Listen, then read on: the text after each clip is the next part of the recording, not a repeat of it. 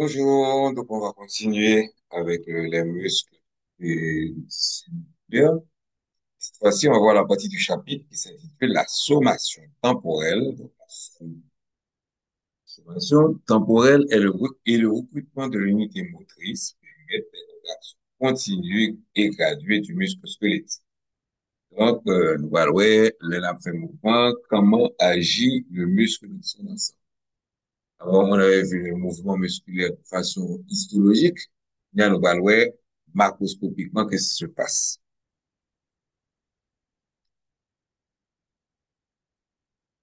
Donc, les objectifs. Un, définir l'unité motrice et donner ses caractéristiques dans dans un muscle porteur, d'une part, et dans un muscle permettant de fin, d'autre part. Définir une secousse musculaire et décrire les événements qui se produisent dans cette période dans la secousse. Expliquer comment le muscle squelettique peut se contracter de façon continue et graduelle. Définir et distinguer les notions de tétanos et complet et tétanos. Expliquer en quoi consiste la sommation spatiale et montrer l'avantage que l'application principe de taille confère aux contractions musculaires. Définir le tonus musculaire et en fin de compte établir la différence entre les contractions isotoniques et isotoniques. OK? Et dans isotonique, on fait la différence entre les contractions isotoniques concentriques d'une part et isotoniques excentriques d'autre part. Normalement, à l'état de repos, un muscle n'a rien d'impression. Et on a peine à quoi qu'il puisse faire bouger l'organisme. Quelques mini-secondes, il peut se contracter et devenir un organe élastique et ferme, doté de caractéristiques dynamiques qui suscitent la curiosité, non seulement des biologistes, mais aussi des ingénieurs et des physiciens. Donc, il faut qu'on se rappelle de fait au sujet de la mécanique des muscles. Premier, les principes qui régissent la contraction des myocytes et ceux qui s'appliquent à un muscle squelettique composé d'une multitude de cellules sont pratiquement les mêmes. Deuxième chose, la force exercée sur un objet par le muscle contracté est appelée tension. Donc, chaque fois qu'on va parler de tension musculaire, on va parler de la force du muscle. Et maintenant, charge est la force opposée au muscle par le poids de l'objet que l'on tente de déplacer. La force et la durée de contraction du muscle squelettique varient selon les besoins du moment. Pour comprendre comment cela se produit, nous devons nous intéresser à l'ensemble fonctionnel nerveux et musculaire que l'on nomme unité motrice. C'est ce que nous allons aborder maintenant. Et pour nous mettre en appétit. Ici, nous avons une unité motrice. Chaque muscle reçoit au moins un nerf moteur. Ici, nous avons la moelle universelle et nous avons deux neurones, rouge et un bleu. Et ces deux neurones se trouvent dans un nerf. Et pour former, ça c'est la racine postérieure, c'est la racine antérieure du nerf rachidien. Et ici, la fusion des deux racines vous donne le nerf. Je vais reprendre un petit peu parce que j'ai oublié. Donc ici, vous avez la moelle épinière, ok? Cône antérieur, cône postérieur. De la cône postérieure, vous allez avoir, on a individualisé deux neurones, un rouge et un bleu. Et là, nous avons la racine postérieure du nerf rachidien, la racine antérieure et racine postérieure vont former le nerf rachidien. Et chaque neurone va rentrer dans la constitution de l'unité motrice. Ici, en bleu, nous avons unité motrice 1 et en rouge, unité motrice 2. Et Et naturellement, les axones du neurone moteur finissent par des télodendrons et leur corpuscule nerveux termineux au niveau des jonctions neuromusculaires. Nous avons une coupe histologique qui vous montre ça, ou plutôt une photo micrographie. Donc, on vous dit, c'est écrit là, ah, les axones des neurones moteurs s'étendent de la moelle épinière jusqu'au muscle. À l'intérieur du muscle, chacune des branches de l'axone se divise en télodendrons qui forment les jonctions neuromusculaires. Donc, tout ça, on a déjà vu ça. Ce sont des rodites, donc des jonctions neuromusculaires, des myocytes disséminés dans l'ensemble du muscle. Ok. Donc, c'est quoi l'unité motrice? Chaque muscle reçoit au moins un nerf moteur. Il est constitué de plusieurs axones et qui sont des prolongements fibreux de centaines de neurones moteurs sur le schéma. À l'endroit où il pénètre dans le muscle, l'axone se divise en plusieurs branches dont chacune forme une nappe de télodendron, établissant une jonction neuromusculaire avec un seul myocyte. Un même neurone peut régir plusieurs myocytes. Par exemple, le neurone rouge, et il est en contact avec trois myocytes. Un même neurone peut régir plusieurs myocytes, mais chaque myocyte n'est connecté qu'à un seul neurone. Et comme vous le voyez ici, on n'a pas un myocyte qui a à la fois un bleu et un rouge. Dans la très grande majorité des cas. L'ensemble formé par un neurone moteur, et tous les myocytes qui l'innervent et desservent est appelé unité motrice. Ok. Donc, c'est ça qu'on dit en rouge, puis unité motrice 1, en bleu.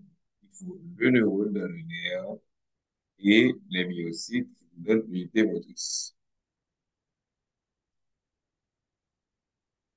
Lorsqu'un neurone moteur déclenche un potentiel d'action, c'est-à-dire une impulsion électrique, tous les myocytes qui l'innervent se contractent. Le nombre de myocytes par unité motrice peut varier de 4 à plusieurs centaines. Les unités motrices des muscles qui exigent une très grande précision, comme ceux qui déterminent le mouvement des doigts, des yeux, du larynx, sont redites. Par contre, ça veut dire que vous avez très peu de fibres musculaires par neurone. Par contre, celles des groupes muscles porteurs, comme ceux de la cuisse, dont les mouvements ne sont pas si précis, sont beaucoup plus grosses. Les myocytes d'une même unité motrice ne sont pas regroupés. Ils sont répartis dans l'ensemble du muscle. C'est ça qui fait que dans le schéma, là, il n'y a pas montré que le neurone donne des télodendrons dans des myocytes qui sont voisins l'un avec l'autre. Donc, c'est un petit bout-là. La stimulation d'une seule unité motrice ne provoque donc qu'une contraction faible mais uniforme dans tout le muscle. J'anticipe un peu, mais nous parlerons que lorsque le muscle a contracté, c'est pas forcément toutes les fibres qui se contractent en même temps.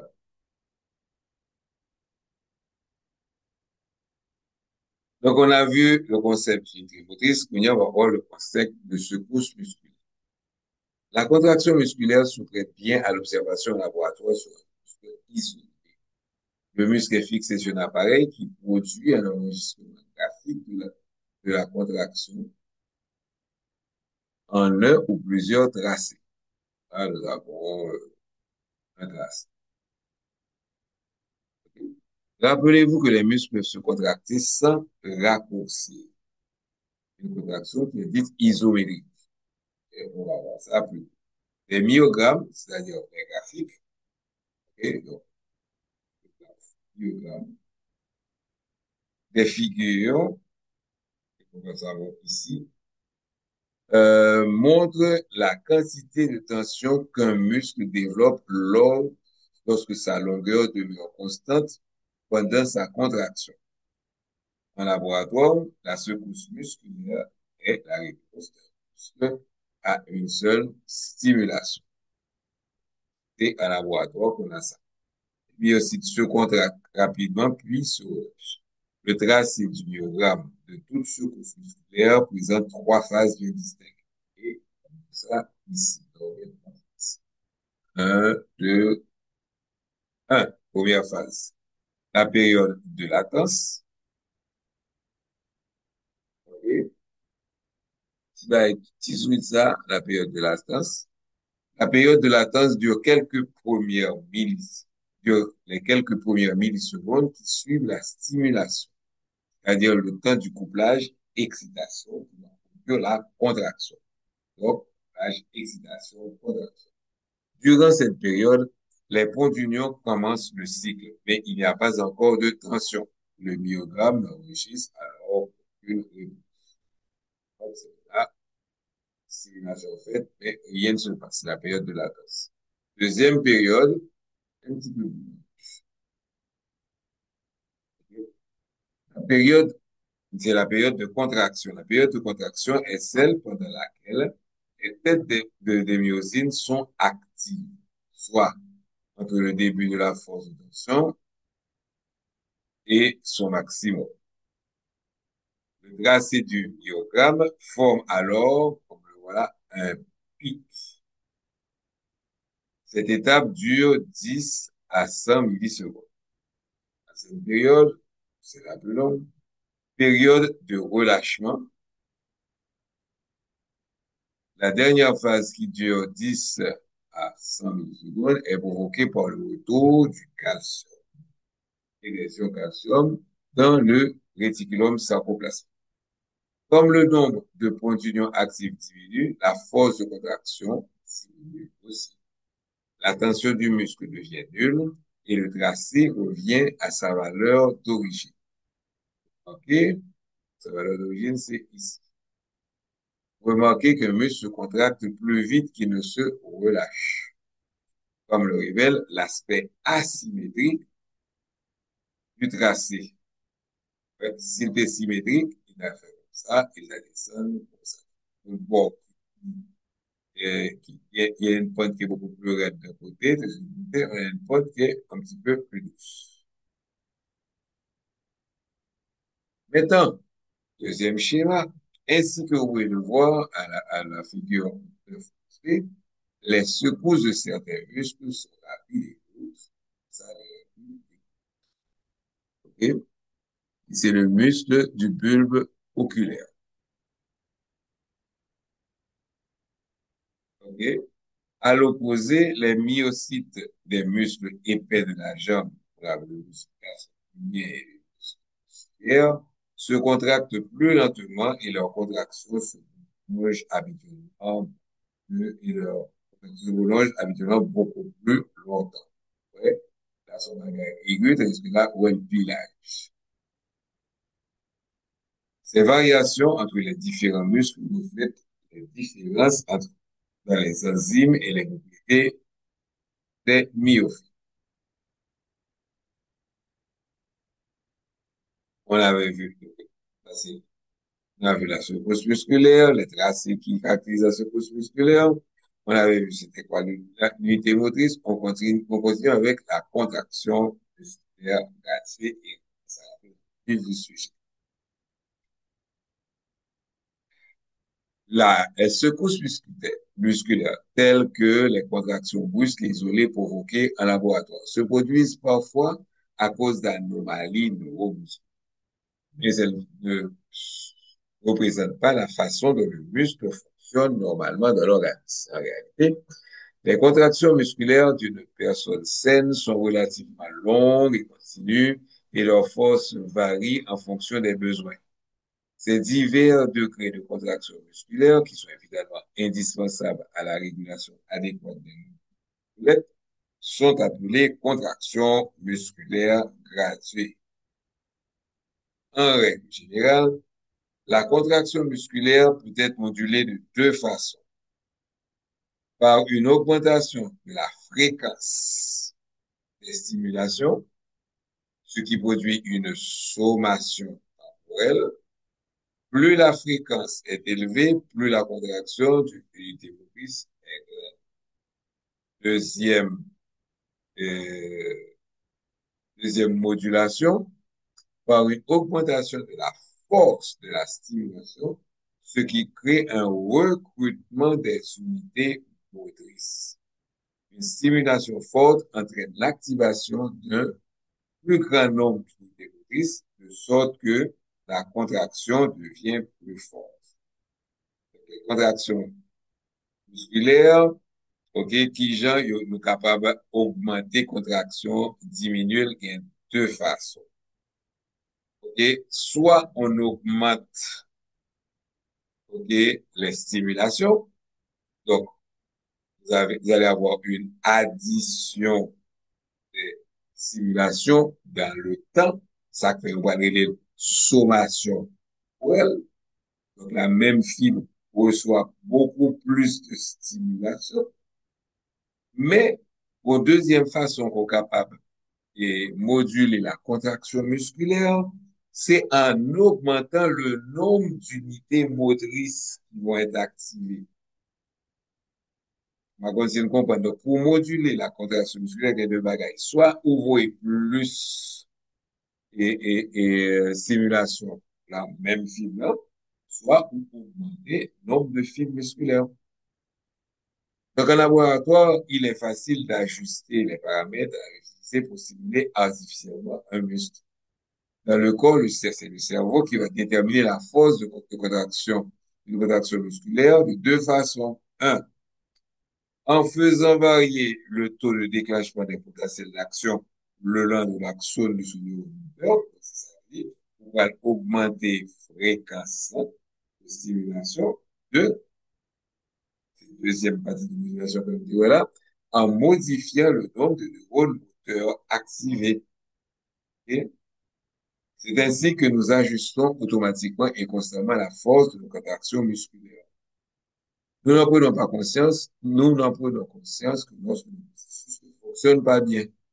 Par exemple, si vous soulevez une boîte que vous croyez être très lourde, mais qui est vide en réalité, ok, vous utiliserez beaucoup plus de puissance musculaire que vous avez réellement besoin au moins de soulever la boîte. Et celle-ci pourrait bien vous sauter des mains. Donc, quelle est la réponse du muscle aux variations de la fréquence de stimulation? Parce qu'on était ouais, deux. On avait réponse pour moduler ça. On avait augmentation de la fréquence, ok? Et on avait augmentation du nombre d'unités motrices. Donc, lorsqu'on a augmenté la fréquence, ça va passer. Le système nerveux peut produire une plus grande force musculaire en augmentant la fréquence des potentiels d'action de chaque neurone moteur. Par exemple, si deux stimulations identiques, c'est-à-dire potentiels d'action, sont appliquées à un muscle dans un court intervalle, la seconde contraction sera plus vigoureuse que la première. Okay? Là, vous avez les secousses individuelles. Okay? Et un second stimulus appliqué après le relâchement du muscle ne produit pas de sommation. Et on ce que la sommation va donner.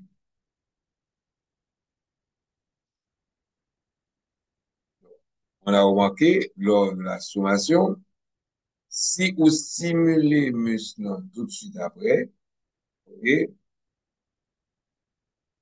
dans la seconde contraction, elle sera plus vigoureuse que la première. Sur le myogramme, elle apparaîtra chevaucher la première contraction. Donc là, vous avez deux contractions isolées, c'est le même bagage. Ici, vous font première flèche rouge, monter le stimulé, vous font première les monter, mais avant l'idée sans mettre, vous font deuxième stimulus. Et ouais que contraction là, ils viennent plus fort. Vous font troisième, et la propreté. c'est ce phénomène qu'on appelle la sommation temporelle, est due au fait que le second stimulus survient avant que le muscle soit complètement détendu. La seconde contraction est plus forte que la première parce que le muscle est déjà partiellement contracté et qu'une nouvelle bouffée de, de calcium vient remplacer celui que le réticulum sacro-plasmique a réabsorbé. En d'autres termes, il y a sommation des contractions urines ajoutées une atose, il y a une somme de sommation. Cependant, la période réfractaire est toujours respectée. Donc, si le second stimulus arrive avant la fin de la repolarisation, comme c'est le cas, et il n'y aura pas de sommation. Donc, ouais, on appelle gratuit. Maintenant, si le muscle est stimulé de plus en plus rapidement, ça va passer. La période de relâchement entre les contractions sera aussi de plus en plus. Okay? Donc, paquet de stimulus et vous voyez que la période sera possible. La concentration de calcium dans le sarcoplasme s'élève de plus en plus et la sommation devient de plus en plus importante. Avant, vous avez une sommation, cap, et descendre, monter, descendre. Là, vous voyez que sommation est importante. Il en résulte une contraction à la fois soutenue et frémissante appelée tétanos. Et il frémit. Okay? Donc, le tétanos, ça vient du tétanus qui veut dire rigidité. Okay? Et comme il frémit, c'est tétanos incomplet ou intermittent. Pour finir, à mesure que la fréquence s'accroît, là, le sinus, pi plus que en bas. La tension musculaire augmente jusqu'à une tension maximale, soit jusqu'à ce qu'une tension maximale soit atteinte. À ce point, tout signe de relâchement, et chaque fois qu'on est au blanc des scènes, c'est un signe de relâchement.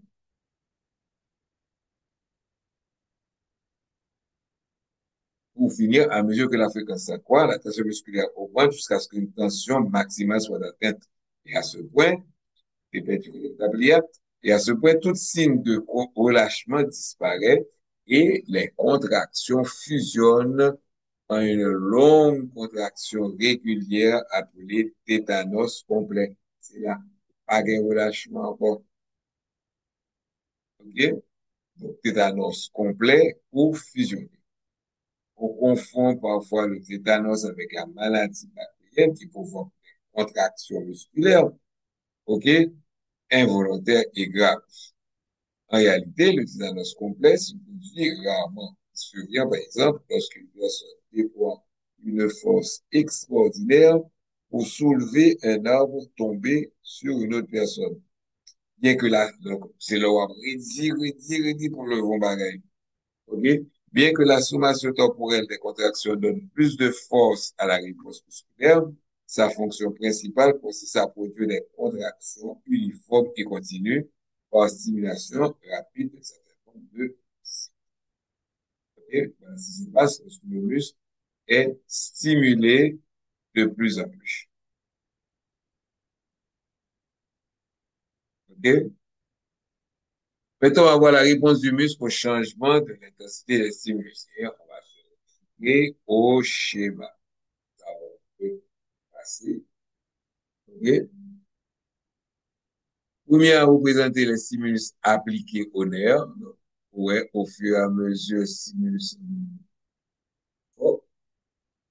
OK? Et là, on va voir la notion de stimulus luminaire et ensuite stimulus maximal. On va voir. OK?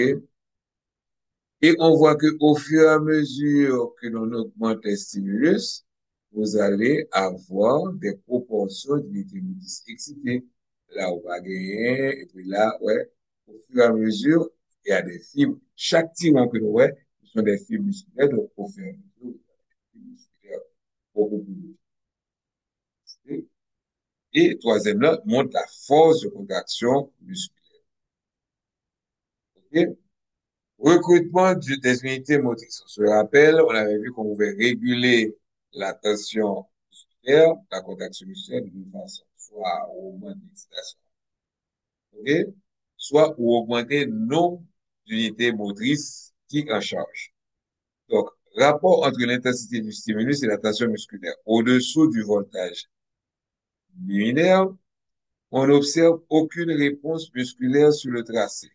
OK? Donc, il n'y a aucune réponse et aucune rantaine et fibre musculaire qui est excitée. Donc, ça correspond au stimulus 1 et 2. Ouais, stimulus 1 et 2 va rien. Une fois le seuil atteint, à partir du stimulus 3, au petit bail. Une fois le seuil atteint, C3, les augmentations de voltage excitent, c'est-à-dire recrutent, un nombre de plus en plus grand d'utilité motrice, et ça fait qu'on voit que là, il devient de plus en plus rouge. Il y a de plus en plus de petits cercles qui deviennent rouge foncé. OK? Donc, les augmentations de voltage excitent un nombre de plus en plus grand d'unités motrices jusqu'à l'obtention maximale. Et toute autre augmentation de voltage ne produit plus d'accroissement, OK? Ne produit plus d'accroissement, change de longueur lors d'une contraction isotonique, mais la force de toute autre augmentation de voltage ne produit plus d'accroissement, OK? Mais cette augmentation de voltage, ça va changer la longueur lors d'une contraction isotonique, mais pas la force de contraction. Et donc, on trouve ici la contraction maximale comme à partir de 7, c'est un stimulus maximal, et ouais, les courbes restent au même niveau. Réponse du stimulus au changement de l'intensité des stimulus. La force de la contraction dépend de la sommation spatiale, c'est-à-dire du nombre d'unités motrices qui se contractent simultanément.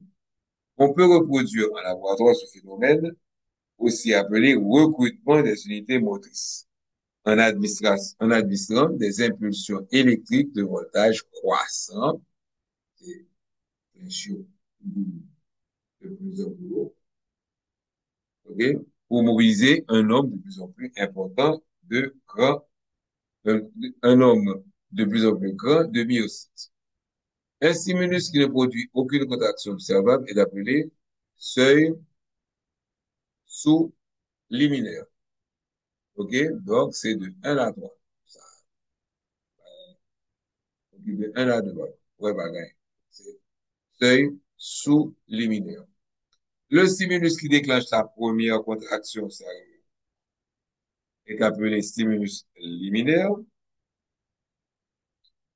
Au-delà de ce seuil, au fur et à mesure que l'on fait augmenter l'intensité du stimulus, les contractions musculaires sont de plus en plus vigoureuses. Arrivé au stimulus maximal, c'est quoi le stimulus maximal? L'intensité à partir de laquelle la force de contraction musculaire ne s'accroît plus. C'est ça que vous voyez, tout est au même niveau. Il correspond à la contraction de toutes les unités motrices du muscle. En laboratoire, l'intensification du stimulus au-delà du stimulus maximal ne produit pas une contraction uniforme. Dans l'organisme, la stimulation nerveuse d'un nombre de croissants d'unités motrices de même muscle entraîne le même phénomène. Et donc, c'est des contractions musculaires gradientes. OK? Et maintenant, on va voir, on continue. Le mécanisme de recrutement des unités motrices n'est pas aléatoire. OK? Il est plutôt dicté par le principe de taille. Par le principe de taille.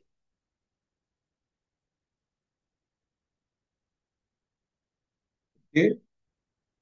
Dans n'importe quel muscle, les unités motrices qui possèdent les myocytes, Les plus petits sont activés les premiers parce qu'ils sont commandés par des petits neurones moteurs très sensibles.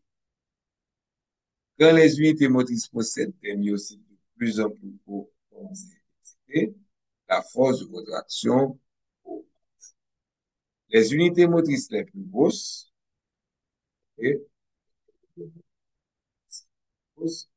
les unités motrices les plus grosses qui possèdent des myocytes de gros diamètre et en grand nombre dépendent de neurones plus gros et moins sensibles au seuil plus élevé.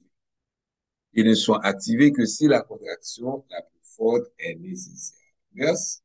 Lorsque l'application de la force diminue, ce sont d'abord les plus grosses unités motrices qui retournent au repos, donc ça, c'est léger, suivi des plus petites. Pourquoi le principe de taille est important? Ah ouais, dans ce cas-là, c'est la taille qui est importante. Et j'aimerais dit, c'est pas toujours la taille qui est importante, là, ou dans l'autre bagaille. Pourquoi le principe de taille est-il important? Parce qu'il permet d'adapter l'intensité de la tension musculaire au mouvement à effectuer pour pas pour pas contracter tout muscle, par exemple, sous besoin, lever un petit pomme, un petit épingle. C'est ainsi que se réalise par petites étapes les accroissements de tension pendant la contraction faible, par exemple, celle du maintien de la position haute. Mais toujours selon le même principe, la tension musculaire progresse plus rapidement lorsqu'une grande force est nécessaire pour des activités intenses comme sauter ou courir. Voilà pourquoi la main qui vous tapote la joue peut aussi administrer un smash puissant dans une partie de volleyball et au cas où elle va la virer. Il peut arriver que toutes les unités motrices des muscles s'activent simultanément pour produire une contraction extrêmement forte. Mais la plupart du temps, elles fonctionnent de manière assez. OK? Heureusement. C'est-à-dire que certaines sont en contraction pendant que d'autres sont au repos. C'est pas toute fibre qui a marché en même temps. Et ce mode de fonctionnement contribue à prolonger les contractions fortes tout en prévenant et retardant la fatigue. Comme c'est pas toute fibre musculaire qui va le mettre en jeu, ça donne aux muscles une certaine résistance à la fatigue. Okay? Il explique aussi comment des contractions faibles dues à des stimulus espacés peuvent demeurer régulières. Donc, là, okay, on stimulus les fibres plus petites d'abord, ensuite moyen, ensuite bon. Donc, principe de recrutement des unités motrices sur la taille, les unités motrices possèdent moins de biocides sont recrutées en premier, ce qui permet un mécanisme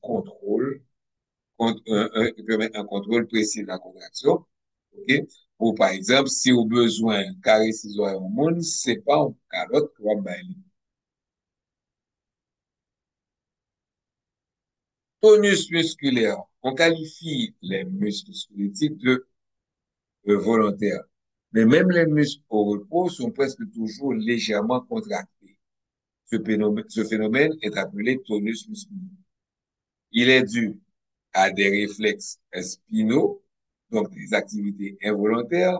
La volonté, c'est dans le cortex cérébral. Donc, du moment que ça reste au niveau de la moelle épinière, de l'épine, euh, de la moelle épinière, on va parler de réflexes.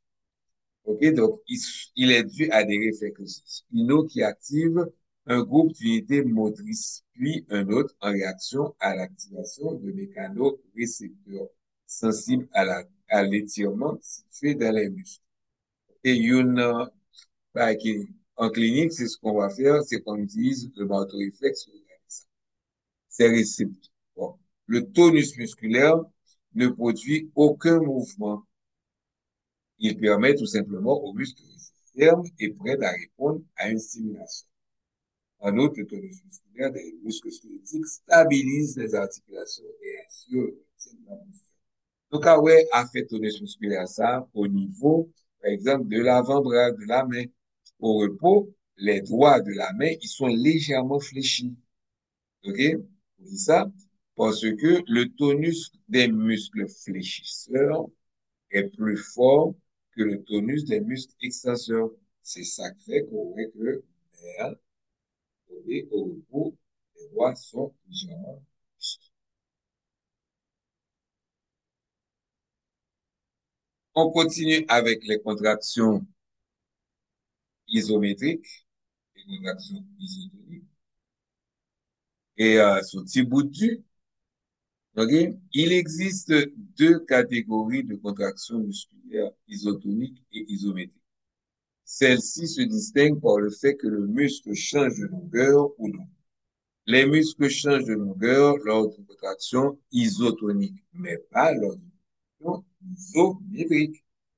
Lorsqu'on étudie les contractions isotoniques en laboratoire, on mesure le raccourcissement musculaire.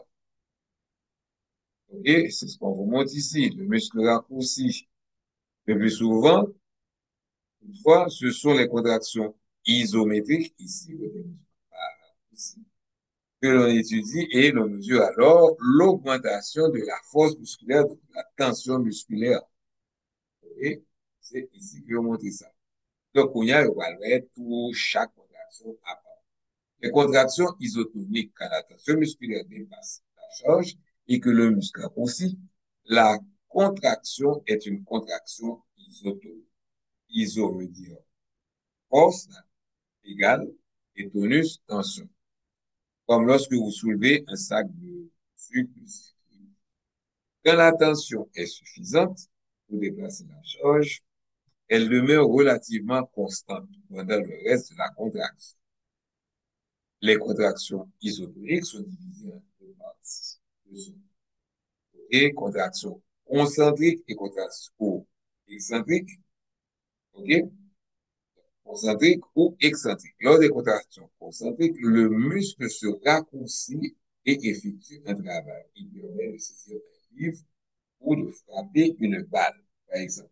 Ce sont sans doute les plus connus. OK? On peut travailler en contraction, OK? Concentrique. OK? Toutefois, OK, ce sont donc les plus connus des contractions isotoniques. Toutefois, les contractions excentriques pendant lesquelles le muscle génère de la force à s'allongement, donc c'est d'étirer, sont tout aussi importantes pour la coordination des mouvements volontaires.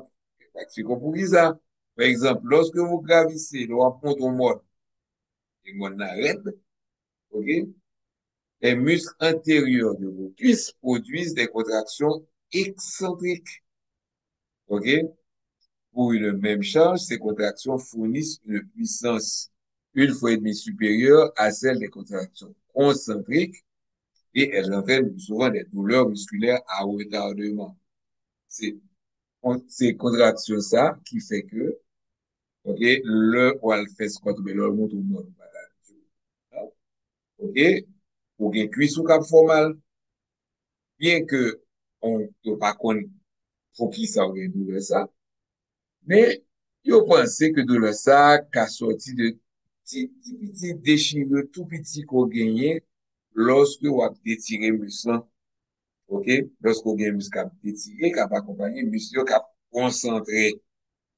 OK? La flexion de l'avant-bras illustre bien le travail de coordination qu'effectuent les contractions excentriques et les contractions concentriques dans notre vie de tous les jours. Quand on plie le coude pour amener une charge vers son épaule, le biceps se contracte de façon concentrique. Et quand on étire le bras pour poser un livre, la contraction isotonique du biceps devient excentrique. On va étirer, mais on besoin de force biceps. En fait, les contractions excentriques mettent le corps en position de contracter de façon concentrique.